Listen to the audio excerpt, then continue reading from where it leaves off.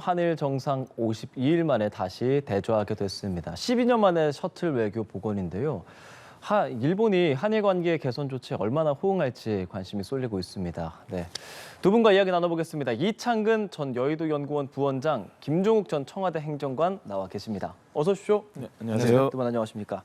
52일 만에 만나게 된 한일 정상입니다. 많은 이야기들 하게 될 텐데 일단 원래는 조금 나중에 만날 거란 예상이 있었는데 앞당겨졌고 이제 만났단 말이죠. 전반적으로 의미에 대해서 두 분 어떻게 생각하고 계시는지 여쭤보고 싶습니다. 먼저 좀 말씀해 주실까요?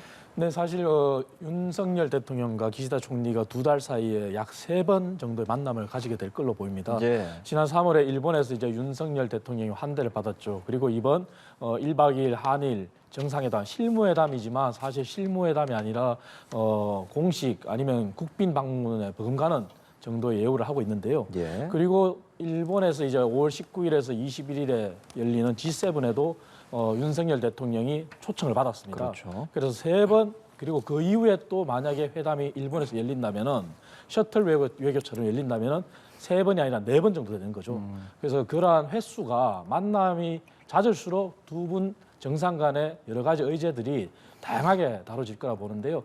무엇보다도 이제 그간 야당에서 비판하고 그리고 일각에서 비판한 한일 정상회담이 뭐 굴욕 외교다, 잘못됐다 이런 것이 이번 셔틀 외교로 아니라는 것이 명백히 입증이 된 것입니다. 기시다 총리가 예상하는 것처럼 일본에서도 이제 윤석열 대통령 만났을 때 예.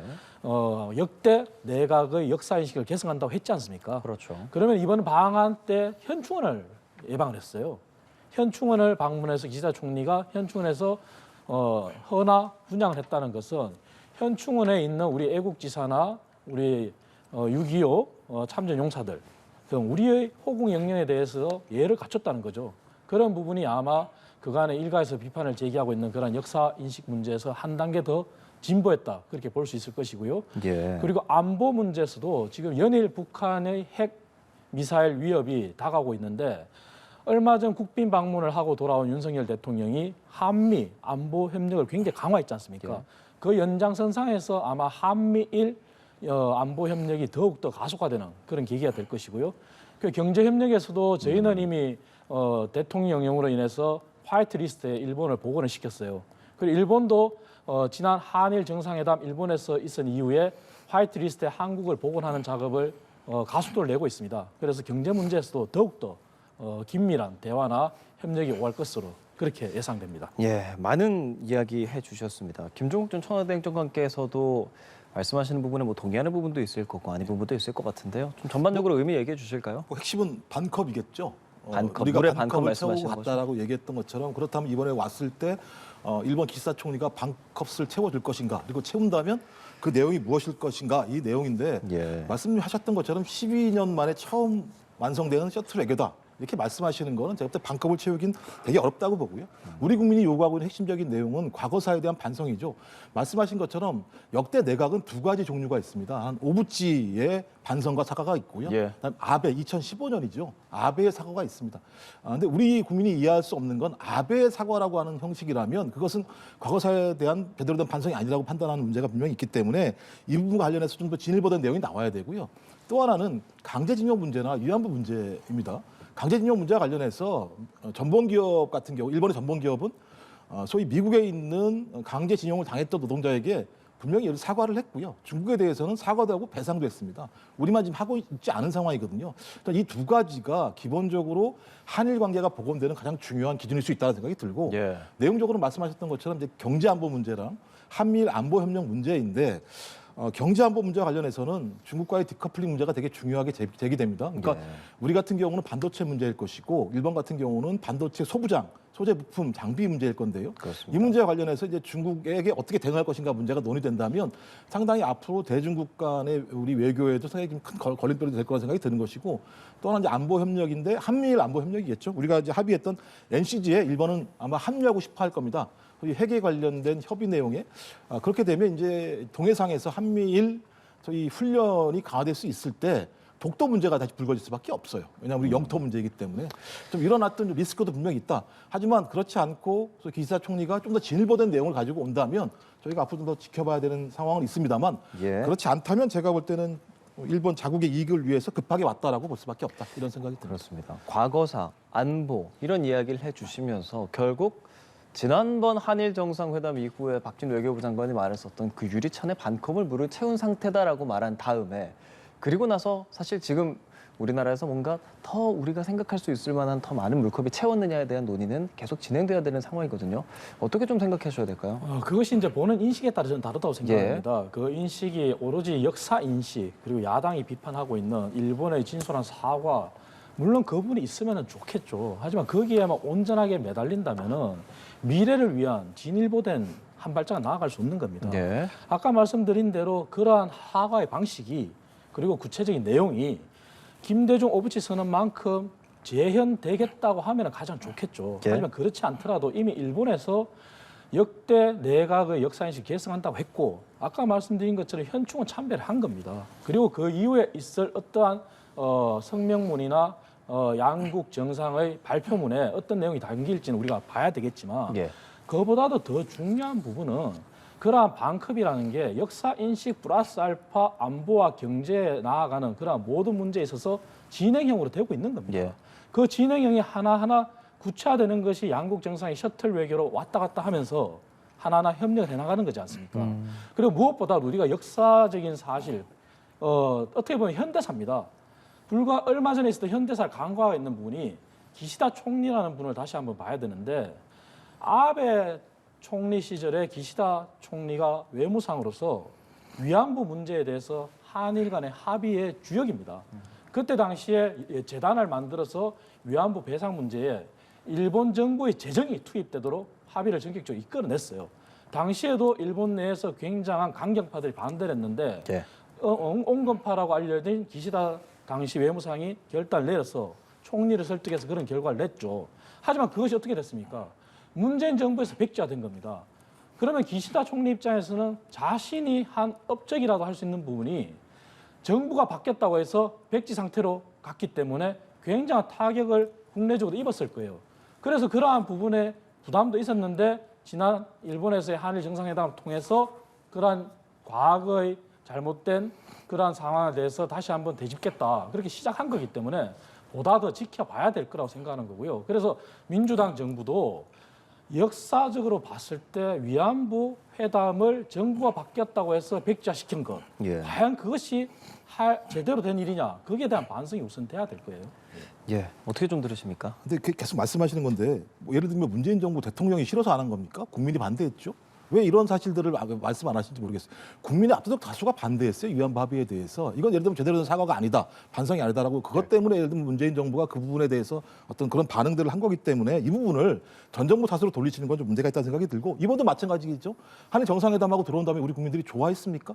이 회담에 대해서 상당히 예를 들면 반대가 심했던 것은 사실이잖아요. 그렇다면 저도 국민적 지지를 받지 못하고 있는 측면이 하나 있다. 그렇다면 그것을 바꿔내는 게 맞는 거죠. 일본을 설득하든 아니면 우리가 예를 들면 일본과의 외교적인 어떤 협상을 통해서 좀 진일보된 내용을 만들어야 되는 것이 우리 국민적 요구라고 얘기한다면 우리 국민적 요구를 반영하는 게 대통령이어야 된다는 생각이 드는 것이고 또 하나는 국제법이든 국내법이든 지켜야 되는 거예요. 예를 들면 전쟁에 관한 범죄, 침략 전쟁에 대해서는 유엔 차원에서 국제법에서 예를 들면 그것을 부정하고 있고 유엔이 결정하면 군대를 만들어서 유엔군을 만들어서 예를 들면 거기에 대해서 우리가 막아낼 수가 있습니다. 또 하나가 인도에 관한 범죄입니다. 예를 들면 지노사이드라고 얘기하는 대량 학살에 대해서 이 두 가지를 20세기에 만들어낸 거 누가 만들어냈냐고요? 미국하고 유럽 사회가 만들어낸 겁니다. 누구 때문에? 일본과 독일 때문입니다. 그렇다면 이런 부분과 관련해서 일본이 사죄하는 건 당연한 거죠. 국제법적으로도 마찬가지고요. 우리 국내법적으로도 우리 헌법에 의하면 우리는 예를 들어 상해 임시정부의 법통을 이어받고 있습니다. 그렇다면 일본의 잘못된 부분에 대해서 반성과 사죄를 받아내는 것이 당연한 건데 그 부분에 대해서 현 정부 같은 경우는 너무 일본의 입장들을 대변하고 있다라고 하는 거죠. 그렇다면 설득해 보시라는 겁니다. 우리 국민에 대해서 잘하신다면 우리 국민의 왜 그 많은 다수가 한일 정상회담 성과에 대해서 반대를 할까요? 그 부분에 대해서 정부가 먼저 예를 들면 잘 고찰해보고 어떻게 예를 들면 좀 더 좋은 관계로서의 한일 관계를 성숙해 나갈 수 있을지에 대해서 생각해보는 것이 지금부터 더 우선이 아닐까 생각합니다. 예, 이렇게 기시다 우미오 일본 총리가 한국에 들어왔고요. 용산 대통령실에서 두 정상이 만나기도 했었고 이제 회담을 좀 진행을 하게 될 텐데 내용들 말씀해 주신 이 과거사에 대한 문제도 당연히 다뤄지게 될까? 이 부분도 생각해 볼 만하지만 의제들 경제, 안보 등이 있습니다. 그리고 또 생각해 볼 만한 게 후쿠시마 오염수 방류 같은 경우는 사실 민주당에서는 지난달에였나요? 민주당 의원들이 방문을 하게 됐었잖아요, 후쿠시마에. 그래서 그 부분에 대한 좀 진전된 대화가 이번에 있을까? 이 부분도 좀 생각해 볼 만할 것 같습니다. 물론 의제로 다뤄질 수는 있다고 생각합니다. 예. 그렇지만 그 전에 앞서서 일본을 방문한 민주당 의원들의 방문이 굉장히 참 해프닝. 대한민국 헌법기관으로서 방문한 것이 참으로 부끄러웠기 짝이 없는 일정을 하고 왔지 않습니까? 그리고 후쿠시마 오염수 방류에 관해서는 국제 원자력 기구에서 일단 승인이 난 사안이에요. 물론 그 사안에 대해서 우리 정부가 또 철저한 검증을 국민의 안전을 위해서 하지 말아야 된다는 얘기는 아닙니다. 그 이전에 우리나라 국내 연구원인 원자력 연구원이나 해양과학기술연구원 같은 경우에서도 예. 국내에 있는 인근의 방사성에 오염된 물질을 처리하고 나서 남는 것이 삼중 수소라고 하는데 그것이 평균적으로 얼마 있느냐 10만 분의 1 수준 정도라고 하는 게 이미 국내 연구기관에서도 알려졌습니다. 그리고 국립수산과학원에서도 얘기한 것이 우리나라 해역에서 잡히고 있는 어류들, 예. 어류들의 어떤 방사성에 오염이 됐느냐 여부를 검증했을 때 없다는 거죠. 현재 상황은 그렇습니다. 그런데 이것을 일본의 원자력 오염수 방류를 문제를 들고 나와서 민주당이 일본 방문도 해프닝을 끌고 가면서 오히려 국민 불안을 더 조장하고 정치 공세로 가는 듯한 이런 것은 맞지 않다는 게 저희가 지적하는 것이고요. 철저한 검증을 하자는 것을 반대하는 건 아닙니다. 하지만 예. 하기도 전에 국제원자력기구에서 승인된 사안을 가지고 아까 국제법 얘기하셨는데 그러한 사항을 국내에서 부정한다면 이것이 과연 올바른 거겠습니까? 그래서 이런 부분은 의제에서 다뤄지고 국민의 안전을 위해서 대한민국 정부가 대한민국 정부 산하의 관련 연구기관들도 충분히 검증하고 있다는 것을 말씀드리고요. 예. 그래서 국제법을 준수하자면은 국내법에서 얘기하는 그러한 강제징용 배상 문제도 사실은 국제법을 어긴 배상 판결이에요. 국제적으로 굉장히 논란이 될 수 있는 판결이거든요. 그래서 이러한 부분들을 민주당은 국민들의 인식, 국민들의 지지 이런 것을 등에 업고 말을 하신다고 하지만 사실 과연 그게 전 국민의 아니면 국민 대다수의 정서를 반영하는지도 의문이고 100%를 만족할 수 있는 답은 없습니다. 하지만 정책이나 의사결정이 100% 만족 못한다면 최선을 위해서 국익을 위해서 하고 있다는 그런 말씀도 드리고 싶습니다. 예, 후쿠시마 오염수 관련해서는 민주당에서도 중요한 의제로 설정돼야 된다라고 보고 있는 겁니까 지금? 당연하죠. 왜냐하면 예, 예. 국민의 생명과 안전을 지키는 문제는 헌법에 명시돼 있는 우리 정부의 책임이기 때문에 이번에도 논의가 되게 될까요? 예. 저는 해야 한다고 생각하고 아마 이거 할 겁니다. 왜냐하면 G7이 열리지 않습니까? G7에서 소위 후쿠시마 오염수 투기 문제와 관련해서 나름대로 확답을 받으려고 할 거예요. 일본 입장에서는. 근데 사실관계를 말씀드리면 IAEA가 확정한 게 아니고요. 중간 보고를 한 겁니다. 최종적인 확인될 결과가 안 나왔기 때문에 이것을 가지고 국제법을 말씀하시는 건 좀 타당하지는 않은 것 같고요. 또 하나는 이 오염수가 투기됐을 때 제주도로 온다라고 얘기하는 건 3, 4년 후에 온다는 거예요. 지금 확증할 수 있는 내용들이 아니에요. 이건 예를 들면 또 다른 우리 연구기관에서 나온 내용이고요. 또 하나는 후쿠시마 원전 오염수에 대한 내용들을 일본에서 제기한 건 표본 추출이 결국 소수라는 얘기가 또 있어요. 그러니까 아직 확인이 안 되는 부분이 있고요. 그다음에 일본 내부에서 국민들 여러 조사를 했습니다. 일본 국민들도 이 예를 들면 오염수 투기에 대해서 부정 여론이 더 높아요. 우리 국민도 마찬가지지 않습니까? 만약에 투기했을 경우 해산물을 먹지 않겠다는 여론이 매우 높게 나오고 있는 상황입니다. 그리고 계속 지금 IAEA만 말씀하시는데 다른 연구 결과에 삼중수소 말씀하시는 건데요. 예를 들면 조미를 투하하지 못한다 이렇게 얘기하는데 이게 해산물을 통해서 몸으로 들어왔을 경우에는 상당히 악영향이 있다라고 하는 과학자의 예를 들면 과학 결과들에 대한 얘기도 나오고 있어요. 그러니 여기에 대해서 적어도 다른 문제도 아니고 국민의 생명과 안전에 관한 문제이니 기준을 되게 높게 잡아야 되는 것이죠. 그래서 우리 국민들이 정부가 저 정도 절차를 밟았다고 얘기하면 이해할 수 있어라는 내용까지 좀 가고 난 다음에 후쿠시마 방류에 대해서 오염 투기에 대해서 인정하든 안 하든 해야 되는데 그것이 그렇지 않고 너무 빨리 진행된다면 국민들이 이 부분에 대해서 동의할 수 없을 거라는 생각이 들기 때문에 이 부분은 좀 매우 높은 기준과 그다음에 광범위한 국민적 동의가 있어야지 저는 가능하다고 생각합니다. 예, 과거사 그리고 후쿠시마 원전 오염수 방류에 대해서 두 분 이야기 좀 들어봤습니다. 이 부분에 대해서 여야의 입장이 확실히 지금 두 분 말씀도 조금씩 좀 다른 의견이 있는 것처럼 이재명 민주당 대표 같은 경우는 이번에 윤석열 대통령께서 이 외교를 바로잡을 마지막 기회라고 생각한다. 국익을 챙기는데 만전을 기해달라고 말을 하면서 동시에 또 간쓸게 다 내주고 뒤통수 맞는 외교다 이렇게 좀 부정적인 입장도 사실 내고는 있어요. 이런 측면에서 이제 기시다 후미가 총리가 들어왔고 어떤 결과를 내놓으면 민주당 입장에서도 조금 이번에 잘했다라고 말할 수 있을까요? 저는 뭐 이재명 대표 체제가 지속되는 한 어떠한 결과가 나오더라도 민주당은 지지를 하거나 잘했다고 얘기하지 않을 거라 저는 생각합니다. 잘해도 잘했다고 안 예, 했을 그렇습니다. 거다. 어떠한 빌미를 잡아서라도 비판을 위한 비판을 할 거라고 생각하고요. 왜냐하면은 민주당에서 자꾸 이제 문재인 정부를 탓하지 말라고 하는데 문재인 정부를 얘기 안 할 수 없는 게 외교입니다. 예를 들어서 경제 부분을 얘기하고 자꾸 저희들이 이제 중국을 포기했다 이렇게 얘기하는데 지금 국제 정세를 같이 보고 이 모든 것을 봐야 됩니다. 뭐냐면 국제 정세가 달라졌습니다. 미국에 대응하는 중국이라는 국가가 굉장히 부상을 했고 그래서 G2라고 하지 않습니까? 그래서 미중의 안보 경쟁이 시작된 겁니다. 예. 그렇다면 중국, 일변도의 외교를 취했을 때 우리가 북한의 핵무기로부터 자유로웠습니까? 중국이 대한민국 안보를 위해서 얼마만큼 노력을 했습니까?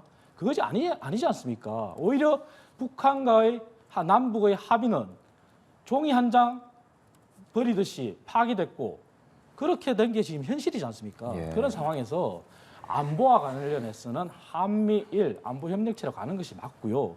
과거 미일 태평양 중심으로 이루어진 안보협력체에 우리 자리를 대신한 게 인도입니다.